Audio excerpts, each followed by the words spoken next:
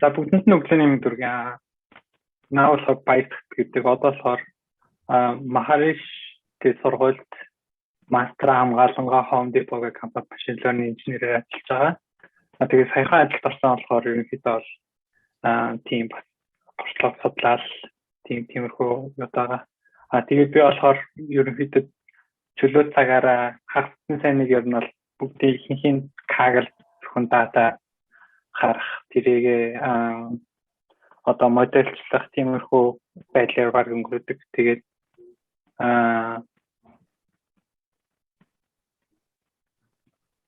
агайг сонсож байгаа үү? Сонсож байна. Окей. Тэгээд яг кагл дээр болохоор одоо болохоор миний тэгээд ер нь кагл болохоор дэлхийн хамгийн том data science платформ түрүүн хүмүүс зорж байгаа шиг. Тэгээд одоо болохоор 5 сая гаруй хэрэглэгч, тэгээд 1 сая гаруй идэвхтэй хүмүүс тэмцээнд орж байгаа. Тэгэхээр ерөнхийдөө бол амар нэлийн идэвхтэй платформуудын нэг байгаа. Тэгээд Google оон хийсэн. Тэгээд кагл дээр болохоор би болохоор хамгийн өндөр ранк дээр болохоор 780 дээр байсан. Тэгээд одоо болохоор унаад 9 дугаар орсон байгаа. Тэгээд одоо тэмцээндээ идэвхтэй орохгүй бол кагл амар өсөлтөнд болохоор ингээд баг өглөөс өдөрт ранк унтдаг. За тэгээд энэ удаагийн яриагаар болохоор ерөнхийдөө зөвхөн NLP тэмцээнүүдээс ер нь би юу сурч авсан бэ? Тэгээд ер нь энийг заавал одоо ингэж тэмцээнд орж сурах шаардлагагүй. Ихээ зүгээр хэрэг би мэдчихсэн бол яхасан бэ гэдэг талаар ерөнхийдөө ярина. Тэгээд энэ хоёр тэмцээнийг ерөнхийдөө бол дүгнээд яваа. За окей, тэгээд шууд юуруугаа ихний тэмцээн рүү орё. Ихний тэмцээн нь болохоор tweet sentiment extraction гэдэг тэмцээн байгаа. Энэ тэмцээний зорилго нь болохоор юу вэ гэхээр ерөнхийдөө tweet байгаа тий хүмүүс жирэгцэн. За тэгээд тэр tweet дотор одоо sentiment өгсөн. Одоо энэ tweet бол жишээ нь сөрөг утгатай tweet шүү. Ингэвт энэ жишээ I wanna go to music tonight but I lost my voice гэдэг. Амар сөрөг утгатай. Тэгэхээр тэмцээний зорилго нь болохоор энэ сөрөг утгатай өгүүлбэр дотроос яг аль үг нь энэ өгүүлбэрийг сөрөг болгоод байгаа юм гэдгийг ерөнхийдөө таах зорилготой байхгүй. Тэгэнгүүт жишээ нь би ингээд ийм хөгжмийн фестивал руу явах цаамаа гэхдээ би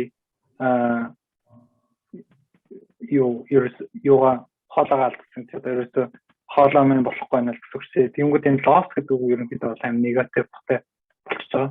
Тэгэнгүүт ийм loss гэдэг үгийг нь ерөнхийдөө бол extract хийж гаргаж ирэх зорилготой тийм тэмцээн байгаа. Тэгэнгүүт жишээ нь характераараа тоолох юм бол чинь нэг 30 эдээр 35-аас 38 байдаг ч юм уу тийм. Ерөнхийдөө энэ хөө байдлаар болох хэрэгтэй. За тэгээд энэ тэмцээнд болохоор ер нь энэ тэмцээн болохоор миний анх кагл зөвлөдөг жилийн өмнө анхны тэмцээн. Тэгээд би ороод ерөнхийдөө 2 сарын хугацаанд юу хийсэн гэхээр ерөнхийдөө бол амар их модель сургасан. Тэгээд PyTorch pipeline гэсэн. Яг бол хүмүүс discussion дээр pipeline PyTorch нь TensorFlow-с илүү ажиллаад байна гэдсэн. Тэгээд дараа нь тэр нь бас болчихгүй. Тэгээд би TensorFlow-ын гэсэн үг хэлсэн. Тэгээд одоо нэг автоэнкодер янз том модельүүд аяуг сургасан жишээ нь BERT тэр үед бол Roberta гарсан, Albert-аас гарсан. Тэгээд бүгдийг нь англи хэл дээр одоо сургаж үзэл янз янзаар баахан модельүүд сургаал тэрийг ингээл нөгөө Kaggle платформ руу ингээл submit хийгээл оноогоо хараад тэгээд 2 сар өнгөрсөн. Тэгээд 2 сарын дараа үр дүн болохоор 532 тарсан. Тэгээд бүр 221 байр хашаа ухраад ингээд 532 тэмцээн сүлд орчих. Тэгээд энэ тэмцээн ингээд ихний тэмцээнд ингээд орсны дараа би юу ойлгосон бэ гэхээр ерөнхийдөө нэг юм хөөд ер нь тэмцээнд орох болгонд ер нь ямар нэг байдлаар ойлгосон юм аа бүр батдаг ч юм уу. Эсвэл хүн чинь нэг алдаагаа дахиад авч болохгүй хичээлдэг ч гэсэн яванд бол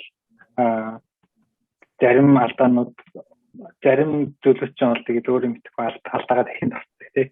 Тэгэнгүүт хамгийн ихний тэмцээн бол хамгийн их алдаатай ер нь нэлээд их сурсан тэмцээн. Тэгэнгүүт хамгийн чухал тэгэнгүүт би энд бичиж байгаа ер нь сурсан тэгээд ер нь сурж байгаа төрөл юм да. Тэгэхээр бид нар дотор болохоор хамгийн дээдлээсээ доошоо ер нь бол хамгийн чухлаас нь ер нь бол чухал хамгийн дээр байгаа. Тэгэнгүүт тэмцээний явцад болохоор ингээд public leaderboard гэдэг одоо өөрийнхөө solution-а байнга ингээд submit хийгээд үрдүнгээ хартдаг leaderboard байгаа тий. Тэр leaderboard руу итгээд чинь ингээд тэрийгээ сайжруулаад таах юм бол ер нь аль судлаа гэдэг. Жишээ нь өмнөдөр харах юм бол би яг тэмцээн дуусахад өмнө 311 байж байгаад яг private leaderboard дээр болохоор 221 байрах болсон байгаа байхгүй юу. Тэгэхээр ер нь бол яг анхны public leaderboard хийх жоохон хэцүү. Тэгээд миний бас нэг гаргасан хамгийн том алт бол шууд ингээл тэмцээн эхлэнгүүт хүн болгон одоо модель сургаад байгаа. Бас модель сурах хэрэгтэй юм байна гэж модель сургаал явсан. Тэгэнгүүт шууд модель сургаач юм уу датагаа ерөөсө хараагүй болохоор яг модель нь яагаад ч тэр үрдэн гаргаад байгааг сайн ойлгохгүй. Тэгээд зөвхөн модель сургацсан амар их цаг авдаг шүү дээ. Тэгээд өдөрт гараг нэг 2 модель сургаал нэг өдөр дуусчихсан. Тэгэхээр энэ ингэж хамаагүй шууд модель руу яахгүйгээр тэгээд ер нь бол EDA сайн хийх хэрэгтэй. Тэгэнгүүт чинь EDA гэсэн болохоор exploratory дээр data analysis гэж байна тий. Тэгэхээр ерөнхийдөө бол эхлээд модель бүр ингэж том модель сургая гэж бодсон хэлээр нь яг дата байгаа нь сайн танилцаад чинь энэ одоо яг ямар твитэд байна тий. Ер нь лайблууд нь ямар хоо юм байна. Сөрөг үгнүүд нь ер нь яг ямар хоо сөрөг үгнүүд байна. Үйл үгнүүд их байна уу? Эсвэл нэр үгнүүд их байна уу? Хараал их байна уу тий. Гэдэг ч юм уу. Тийм их байдлаар ер нь сөрөг датагаа сайн ойлгох нь амар чухал юм лээ. Тэгээд good validation strategy гэдэг энэ болохоор бас ер нь амар чухал. Тэгэнгүүт жишээ нь одоо хүмүүс модель ингээд сургаж байхдаа анх сурж байгаа хүмүүс шууд train validation гэж зүгээр шууд 70-30-аар нь хувагаал авчихдаг шүү дээ. Эхний 70-аар train болох дараагийн хугацаа validation болгочихдаг ч юм уу. Тэгэнгүүт тэгэх нь ер нь яг зөв юм уу те? Жишээ нь train validation хоёр жишээ нь манай дата duplicate байгаад тэр duplicate нь train validation хоёрлоо хоёулмар нь ингээ хуваагдаад орсон байвал энэ validation дотор байгаа дата гэсэн train дотор шууд харсан гэсэн үг шүү дээ. Тэгэхээр тэрийг бол зөв таахан тодорхой. Тэгэхээр нөгөө нэг validation score ч буруу гарах магадaltaй. Тэгэхээр validation strategy-г аягүй сайн бодох хэрэгтэй. Тэгээд бас буруу лайблууд нөгөө нэг дата гэдэг чинь ер нь амар noisy заваа юм шүү дээ. Ер нь яг үндэ тэрэнгүүт хаал дээр болохоор хүмүүс ялангуяа тэмцээн дээр одоо тэмцээн хийнгүүт наас угаасаа бодит амьдралаас амар хол бодит амьдрал дээр чинь дата амар noisy гэдэг. Яг үндэ хаал дээр чинь дата амар noisy гэдэггүй. Тэгээд тэрийг амар цэвэрхэн гой дата байгаа гэж бодоод сургаа явах юм бол ер нь бол амар буруу замаар орж байна. Тэгэхээр ер нь бол хаана noise байна гэдгийг сайн мэдэх хэрэгтэй. Тэгтээ бас дахиад нэг эндээс бас харж олцсон болохоор зарим хүмүүс болохоор noise-ийг ингэж мэдгэнгүүтээ тэр noise-ийг нь reverse engineer хийх гэж үздэг. Тэгэнгүүт жишээ нь энэ тэнцийн төрүүлсэн нэг дорсон баг бол тэр noise-ийг нь модельчлах арга дорсон байгаа. Та бүхэн ерөө энэ тэнцний линк руу нараад гэх юм бол ерөнхийдөө сонирхолтой шийдлүүд байгаа тийм. Тэгээд сүүлд нь болохоор TensorFlow, PyTorch хоёрын алийг сонгох вэ гэдэг яриа бол ерөөсөө тагварсан асуудал юм гэдгийг ойлгосон. Ер нь бол аль нь хамаагүй ер нь эхлээл аль нэг юм бариад ихсэн дээр тэгээд noisy датан дээр би нэг жишээ татсан нь болохоор жишээ нь энд нэг ийм өгүүлбэр авахгүй is back home now gonna miss everyone гэдэг энийг болохоор negative гэж бичсэн байна. Тэгээд negative үг нь болохоор яг training data-ны label нь болохоор gonna гэдгийн энэний ардуур таслангуудаа их нь gonna гэдгийн нэг хэсэг байхгүй. Ona гэдэг нь болохоор сөрөг гэдэг label дээр байгаа. Тэгтэл яг үүндээ болохоор miss гэдэг үг нь бол яг сөрөг гэдэг бүгдээр анзаараад байгаа шүү дээ. Тэгэнгүүт яг одоо нөгөө label анх хийж байхдаа хүмүүс яасан байна вэ гэхээр miss гэдгийг нь эхлээд олон label болсон. Гэхдээ нөгөө white space байхгүй байхад нь label чад дараа нь white space-ийг яг жинхэнэ гаргаад ирсэн чинь ийм miss-ийн байрны gonna-гийн байрлал ингэ шилжсэн ч үгүй. Тэгэнгүүт ийм асуудлууд байгаа гэдгийг жишээ нь датагаа сайн төрүүл харсан бол энийг анзаараад цэвэрлэх боломжтой. Тэгэнгүүт тренинг ингээ хийгээсэнгүүт нэг угаасаа нэг хэдхэн итерашны дараа модель ингээд тренинг болсон докторчж байгаа. Тэгэхээр тэн дээр юугаас юу харж болж байгаа гэхээр Ingona гэдэг үгийг ерөөс ойлгохгүй байхгүй. Яагаад ийм сөрөг утгатай байж болох вэ гэдгийг бол ерөөс ойлгохгүй байгаа. Тэгэхээр энэ дээр бол угаасаа алхам тодорхойлцоод байгаа. За тэгэхээр ер нь иймэрхүү байдлаар ер нь дата анализын тэмцээнд ер нь модельчлалыг төрүүлж хайж болохгүй гэдэг л хамгийн том сургамж. За тэгээд бүр дүгнэж хэлэх юм бол ер нь бас анхны тэмцээн бол ер нь ямар ч юм дээр анхных жоохон хэцүүдэг. Тэгээд анхны тэмцээн бол амар хэцүү. Амар их байр охин, өглөө хотод ирэнгүүтэл байр охин. Тэгэл өдөр шөнөгүй суун. Тэгээд тэмцээний төгсгөл гэсэн ер нь л их гоё байх юм. Хэцүүхэн. Тэр нь жоохон хэцүү. Тэгээд гэхдээ өөр нэг сурсан юм болохоор зөвхөн энэ тэмцээнд ороод ингээ 2 сарын дотор би бүр амар их юм сураад авчиж байгаа байхгүй юу? Одоо би нэг амар нэгд ороод эсвэл нэг медаль аваад ах нэг амар чухал биш. Энийг ингээ хахад би ингээд зөвхөн 2 сарын дотор амар хэцүү сураад авсан байхгүй. Тэгэхээр нэлээд хэрэгтэй платформ юм байна гэдэг үг юм. Тэгээд тэрнээс хойш ер нь баг 7 хоногийг баг бүгдийн ямар нэг байдлаар кагл цаг зарцуулна. За тэгээд шууд 2 дахь хэсэг рүү. Тэгээд 2 дахь тэмцээн болохоор Common Literature Prize гэх тэмцээн байгаа. Тэгээд энэ тэмцээнд болохоор machine learning UB-ийн авраг лагвахтэр орсон байгаа. Лагвахтэр энэ тэмцээнд нэлээд 2 сар орсон нэлээд инээлфэйнүүд нэлээд их сурсан. За тэгээд энэ тэмцээнээс ер нь юу олж сурч авсан бэ? Бас юу ер нь цаашдаа ер нь сайжруулах хэрэгтэй гэдэг талаас ярив. За энэ тэмцээний ерөнхий зорилго нь болохоор та нарыг нөгөө IELTS ч юм уу, TOEFL ч юм уу тиймэрхүү юм хөгжөөс эсвэл английн сургалт болчихсон бол нөгөө ямар нэг бичвэрийг ингээд уншихад тэр бичвэрийг ингээд янз янзаар бичиж болдог шүү дээ. Одоо дөнгөж англиар сурж байгаа хүнд зориулаад нэг бичиж болно. Эсвэл нэг дундаж англи хэлтэй хүнд зориулаад бичиж болно. Эсвэл бүр одоо гадаадд баг угаасаа англи хэлтэй хүнд зориулаад бичиж болно тий. Тэгэнгүүт тэрийг нь одоо хасах 3-аас 1-ийн хооронд оноогоор үнэлж байгаа байхгүй юу? Тэгэнгүүт жишээ нь 1 гэдэг оноотой бол амар амархан.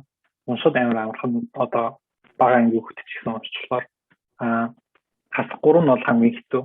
Тэгэнгүүт бүр нэлийн том одоо литератур гэдэг ч юм уу эсвэл хэцүү үгнүүд ашигладаг ч юм тий. За тэгээд ерөнхийдөө таргет нь ингээд хас 3-аас 1-ийн оронд оноотой юм хасах нь бол хамгийн хэцүү, нэг нь бол хамгийн амархан юм.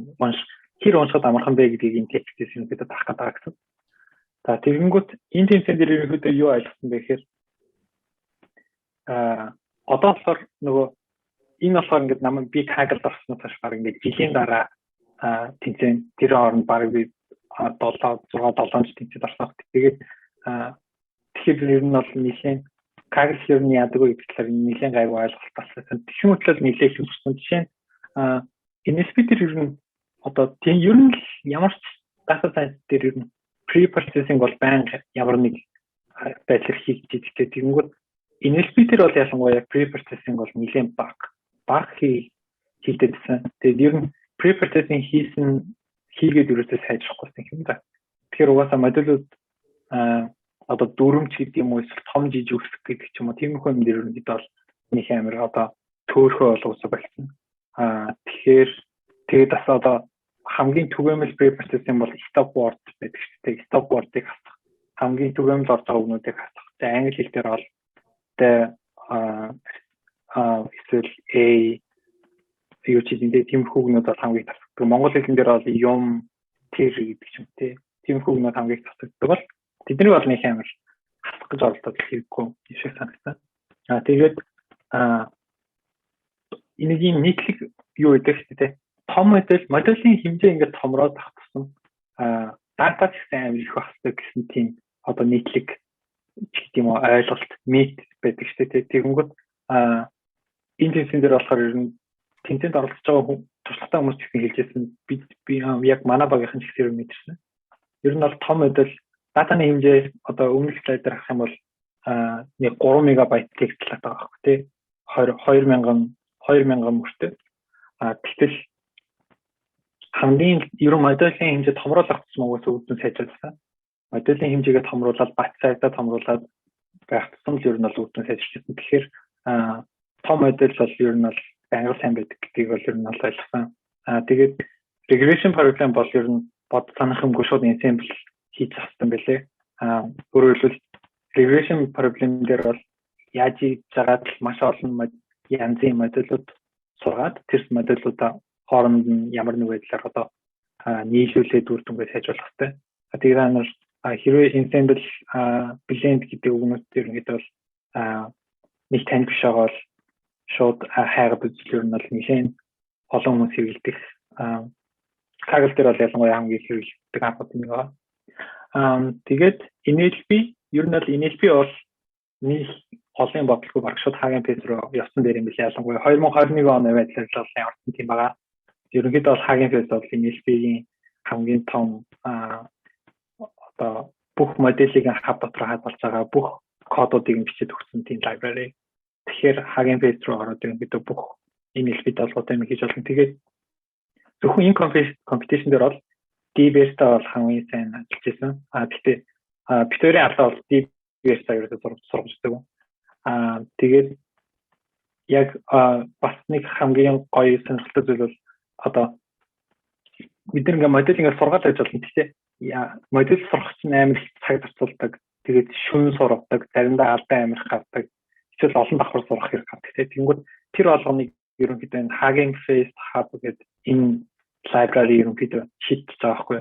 Модель яг код ингээд бүшлээл pull хийгээл commitlол явдаг шиг яг моделийг тэгж бүшилж commitlж version control хийх боломжтой болсон. Энийг ашиглахаар ерөнхийдөө бол нэг training pipeline амархан хурдан болчихлоо. Тэгээд энэ бол ер нь амар одоо зөвхөн NLP биш бүх тэмцээн дээр би ер нь бол одоо Hugging Face хаб ашигладаг болсон байна. Тэгэхээр хамаагүй амар санагцсан. За тэгээд improve your modeling хаасан дотрын үүдээ data гэсэн багхгүй. Тэгэнгүүт жишээ нь түрүүлсэн багийн солиултыг харах юм бол модуль бол зүгээр яг энгийн баг Libertach, Roberto гэсэн санагдаж байна.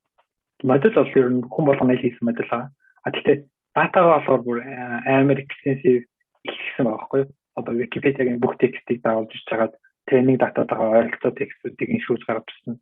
Тийм шийдлээсэн. Тэгэнгүүт ер нь энэ датагаа ингэж амар хэсгээс экстра датаг ингэж гаргаж авах бол уусаа байнга тусалдаг үр дүнг бол байнга сайжруулж идэх гэдгийг бол ойлгосон. Тэгээд дүнэлт нь болохоор NLP competition бол нэг хэцүү юм байна гэж ер нь ойлгосон. Ялангуяа NLP бол яг компьютер вижнтэй харьцуулахад яг цагаа хас яг нэг хэлсэн. Компьютер вижнтэй харьцуулахад яг шууд convert хийхгүй амар ер нь нэлээд их care тренинг хийж чадаа аюух care шаардчихсан. Тэгэхээр аюул санагдсан. Тэгээд дахиад ер нь Kaggle бол ер нь гоё ихэн зур харгаад юм даа гэдгийг ойлгосон. За 20 минут өнгөрсөн байна тий.